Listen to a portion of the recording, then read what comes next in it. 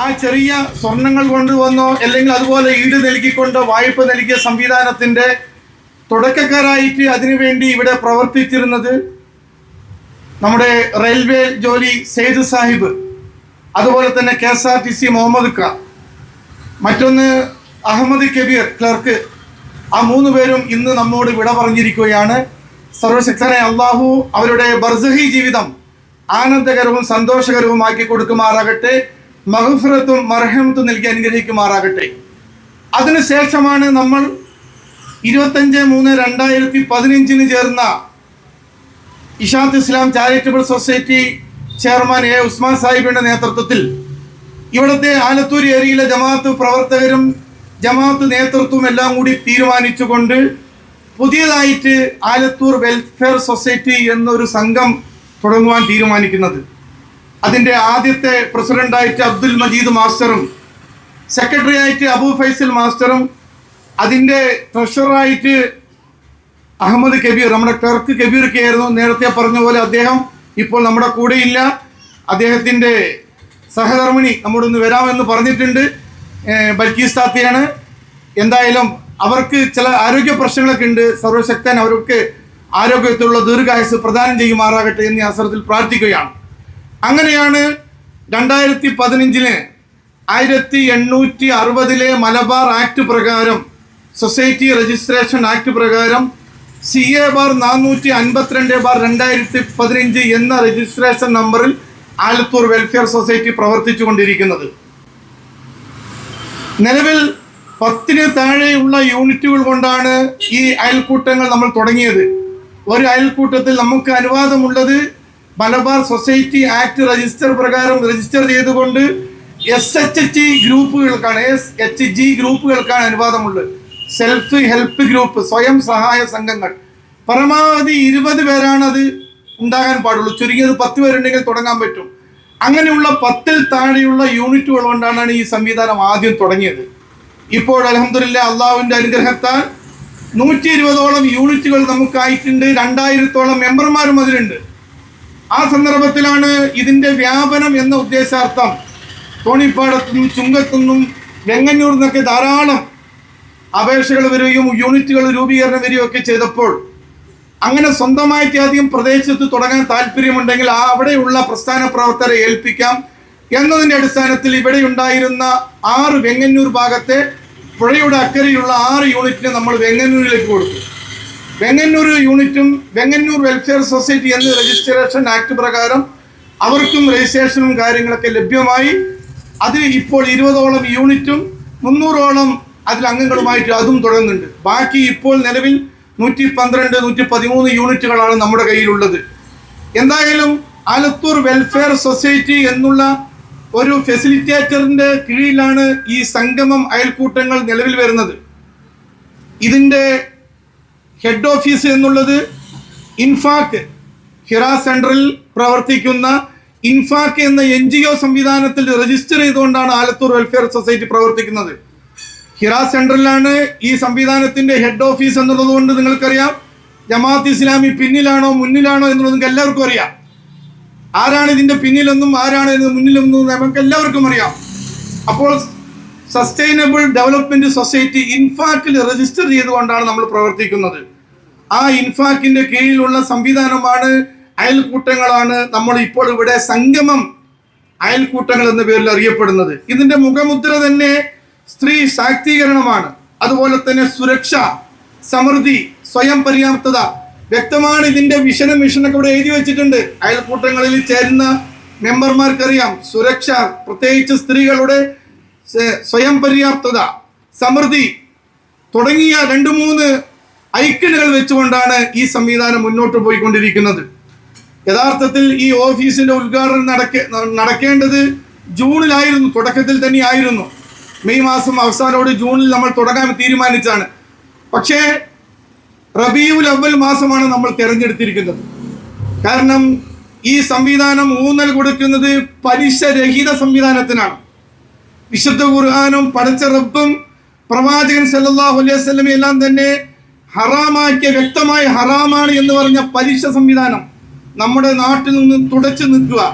പ്രത്യേകിച്ച് ഈ റബീഉൽ അവൽ മാസത്തിൽ കൂട്ടു നിൽക്കുന്നവൻ, സാക്ഷി നിൽക്കുന്നവൻ, നോക്കി നിൽക്കുന്ന കുല്ലും ഹറാം, എല്ലതും ഹറാമാണ്. മാത്രമല്ല പ്രവാചകൻ സല്ലല്ലാഹു അലൈഹി വസല്ലം പറഞ്ഞു, സ്വന്തം മാതാവിനെ വ്യഭിചരിക്കുന്നതിനേക്കാൾ വലുതാണ്, അത്രത്തോളം അപകടകരമാണ് പലിശ എന്നുള്ളത്. അതുകൊണ്ട് തന്നെ പ്രവാചകന്റെ ഒരു അധ്യാപനം അത് തുടങ്ങാൻ പറ്റിയ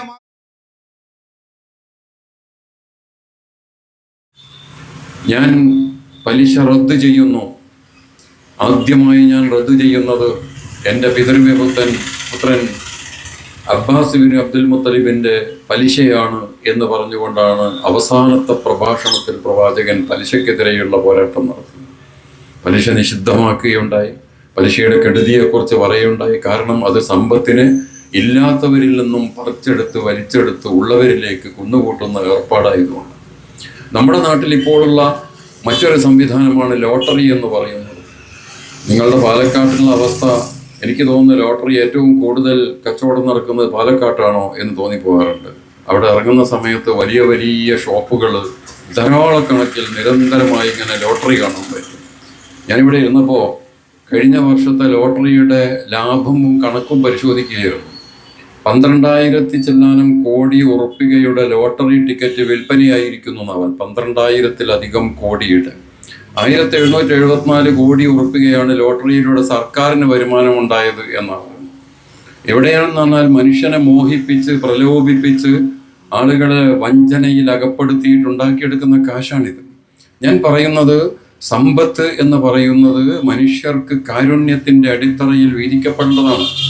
സമ്പത്ത് ചെലവഴിക്കുന്നതിനെ കുറിച്ച് നിർദ്ദേശമുണ്ട്. ആവശ്യത്തിനായിരിക്കണം ചെലവഴിക്കേണ്ടുന്നത്. ദൂർത്ത് അനുവദിച്ചിട്ടില്ല, അനാവശ്യമായ ചെലവുകൾ സമ്മതിച്ചിട്ടില്ല.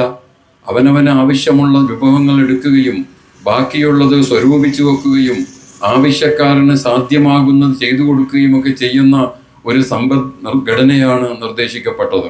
അതുകൊണ്ട് ഇത്തരത്തിലുള്ള സംരംഭങ്ങൾ എന്ന് പറയുന്നത് മനുഷ്യരായി കാണുന്ന, അവരുടെ അവകാശങ്ങൾക്ക് പ്രാമുഖ്യം കൊടുക്കുന്ന, അവരോട് കാരുണ്യം കാണിക്കാൻ കഴിയുന്ന ഒരു വലിയ സംവിധാനത്തിൻ്റെ ചെറിയ തുടക്കം മാത്രമാണ് നമ്മളിവിടെ നടത്തിക്കൊണ്ടിരിക്കുന്നത് എന്നതാണ്.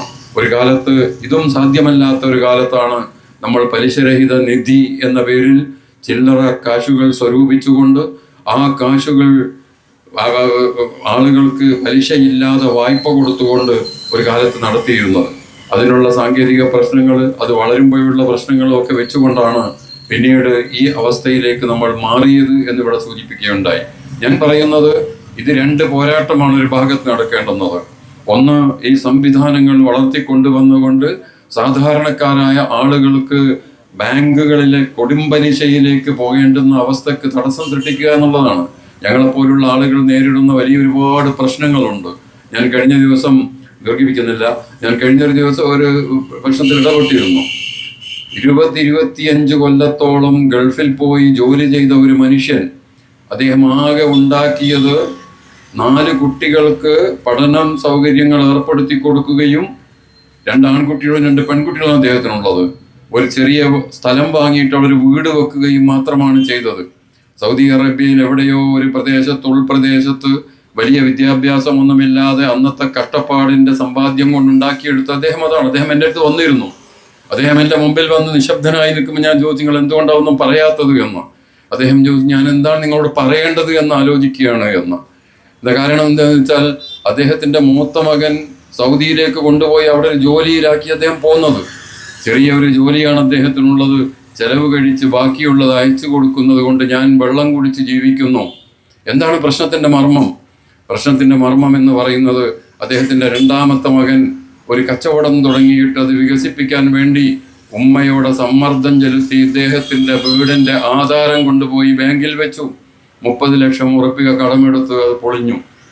അത് പൊളിഞ്ഞതല്ല വിഷയം, 45 ലക്ഷം ഉറുപ്പിക തിരിച്ചടക്കേണ്ടതുണ്ട്. അടച്ച പലിശയൊക്കെ കഴിച്ചിട്ട് പിന്നെ 45 ലക്ഷം ഉറുപ്പിക കൊടുക്കണം. അല്ലെങ്കിൽ ബാങ്കിൽ നിന്നും ജപ്തി നോട്ടീസ് വന്നിരിക്കും, ഞാൻ എങ്ങോട്ടാണ് പോകേണ്ടത്. ഇത് ഒറ്റപ്പെട്ട സംഭവമല്ല, ഒരുപാട് കുടുംബങ്ങൾ അനുഭവിക്കുന്ന പ്രശ്നമാണ്. കാരണം വളരെ പ്രയാസമുണ്ടാകുന്ന സന്ദർഭത്തിൽ കുട്ടികളുടെ പഠനത്തിന്, ചികിത്സക്ക് ഒക്കെ ലക്ഷങ്ങൾ വേണ്ടി വരുന്ന ഒരു കാലഘട്ടത്തിലാണ് നമ്മൾ ജീവിച്ചു കൊണ്ടിരിക്കുന്നത്. അത് ഇനിയും വർദ്ധിക്കാൻ പോവുകയാണ്. ചികിത്സാ ചെലവുകൾ ഇനിയും വർദ്ധിക്കാൻ പോവുക. കാരണം കേരളത്തിലെ ആശുപത്രികളിൽ മിക്കതും അമേരിക്കൻ അനുകൂല KKR ഗ്രൂപ്പ് അതുപോലുള്ള ഗ്രൂപ്പുകൾ ഏറ്റെടുത്തു കഴിഞ്ഞു. ആയിരക്കണക്കിൽ കോടി കൊടുത്തുകൊണ്ട്. എന്താ കേരളത്തിലേക്ക് ഇങ്ങനെ ഒരു വല്ലാത്ത വരവ്? കേരളത്തിലേക്കുള്ള വരവ് കേരളത്തിലെ നല്ല ഒരു കൊയ്ത്തുള്ള സ്ഥലമാണെന്ന് അവർ കണ്ടെത്തിയിരിക്കുന്നു. അതുകൊണ്ട് ചികിത്സാ ചെലവുകൾ വർദ്ധിക്കുകയാണ്. കുട്ടികളുടെ പഠനത്തിനുള്ള ചെലവുകൾ വർദ്ധിച്ചുകൊണ്ടിരിക്കുകയാണ്. ദൈനംദിന ആവശ്യങ്ങൾ വർദ്ധിച്ചുകൊണ്ടിരിക്കുകയാണ്. നിവൃത്തിയില്ല. അപ്പം അതുകൊണ്ട് ആളുകൾ പിന്നെ അവസാനം പോയിട്ട് ബാങ്കിൽ പോയിട്ട് ലോൺ എടുക്കും. ഈ ലോൺ തിരിച്ചെടുക്കാൻ കഴിയുമോ? കഴിയില്ല. അപ്പോൾ പിന്നെ ഇരിക്കക്കൂടെ വിറ്റു കൊടുക്കുന്ന തെരുവിലേക്ക് ഇറങ്ങേണ്ടി വരുന്ന അവസ്ഥയിലേക്ക് വരികയാണ്. അതുകൊണ്ട് സാമ്പത്തിക രംഗത്ത് വമ്പിച്ച പോരാട്ടം നടത്തേണ്ടതുണ്ട്. മുതലാളിത്ത സമ്പദ്ഘടനയെ നാട്ടിൽ നടക്കുന്നുള്ളൂ. ബാക്കിയുള്ള നിങ്ങൾ പറയുന്ന ഇസങ്ങളും സോഷ്യലിസവും കമ്മ്യൂണിസവും മറ്റ് ഇസങ്ങളും ഒക്കെ വെറുതെ പറയാണ്. പ്രയോഗവൽക്കരിക്കുന്നത് മുതലാളിത്തമാണ്. മുതലാളിത്ത സമ്പദ്ഘടനയുടെ ബേസ് എന്ന് പറയുന്നത് പ്രോഫിറ്റ് ഈസ് അവർ മോട്ടോ എന്നാണ്. ലാഭമാണ് ഞങ്ങളുടെ ലക്ഷ്യം. ലാഭം കിട്ടാനാണ് ഞങ്ങൾ പണിയെടുക്കുന്നത്. ലാഭം കിട്ടണം. നിങ്ങൾ എന്താകുന്നു എന്നത് പ്രശ്നമല്ല. നിങ്ങൾ കുടിയിറങ്ങി പോവുകയാണെങ്കിലും നിങ്ങളുടെ വീട് വിറ്റുപോയാലോ ഇനി നിങ്ങൾ വേറെന്തെങ്കിലും സംഭവിച്ചാലും ഞങ്ങൾക്ക് പ്രശ്നമല്ല. ഞങ്ങൾക്ക് ലാഭം കിട്ടണം. അതാണ് മുതലാളിത്തം എന്ന് പറയുന്നത്. ആ സമ്പദ്ഘടനയാണ് രാജ്യത്തും ലോകത്തും നടപ്പിൽ വരുത്തിക്കൊണ്ടിരിക്കുന്നത്.